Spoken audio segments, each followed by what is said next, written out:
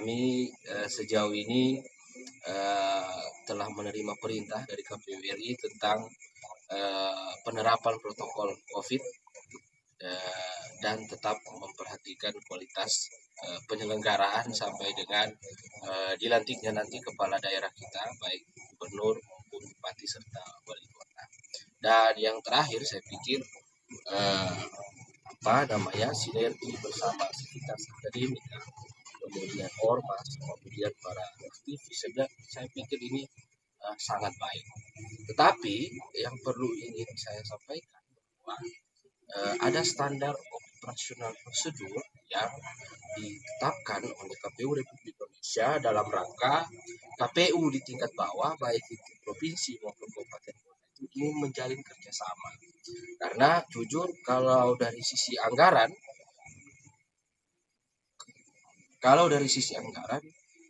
anggaran KPU ini kalau dilihat dari kasat mata itu besar.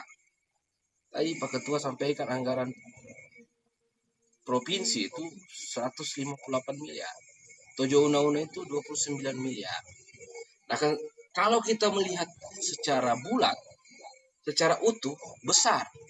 Mana bisa KPU menghabiskan dana 29 miliar itu hanya dengan 6 bulan masa tahapan pemilihan.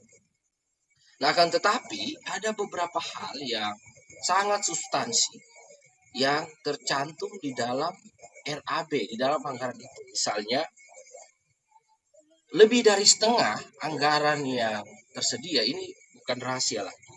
Dan saya pikir di sini sudah pesertanya juga teman-teman komisioner KPU. Nah, sebagian besar anggaran yang kami kelola itu adalah hak orang. Gaji PPK beserta sekretariatnya, gaji PPS beserta sekretariatnya, kemudian gaji petugas pemutakhiran data pemilih, gaji KPPS, alat pembuat pengadaan surat suara, kemudian alat peraga kampanye, bahan kampanye yang difasilitasi oleh negara menjadi hak para calon. Kemudian yang berikutnya dan alat-alat TPS lainnya seperti itu. Nah, terkait dengan kerjasama dengan sivitas akademika, kemudian ormas, OKP, para aktivis, saya pikir kita bisa duduk bareng, kita bisa melihat secara bersama-sama SOP yang disampaikan oleh KPU Republik Indonesia, dan tentunya kami sangat terbuka, akan tetapi teman-teman OKP Ormas itu juga ada kewajiban untuk melengkapi beberapa jenis kelengkapan administrasi yang diatur di peraturan KPU. Saya pikir tidak ada masalah, dan di sini juga ada ketua KPU provinsi. Mungkin beliau ini ketua KPU provinsi ini sangat terbuka terhadap hal-hal begitu. Di pemilu 2019 kemarin itu kami menyaksikan sendiri.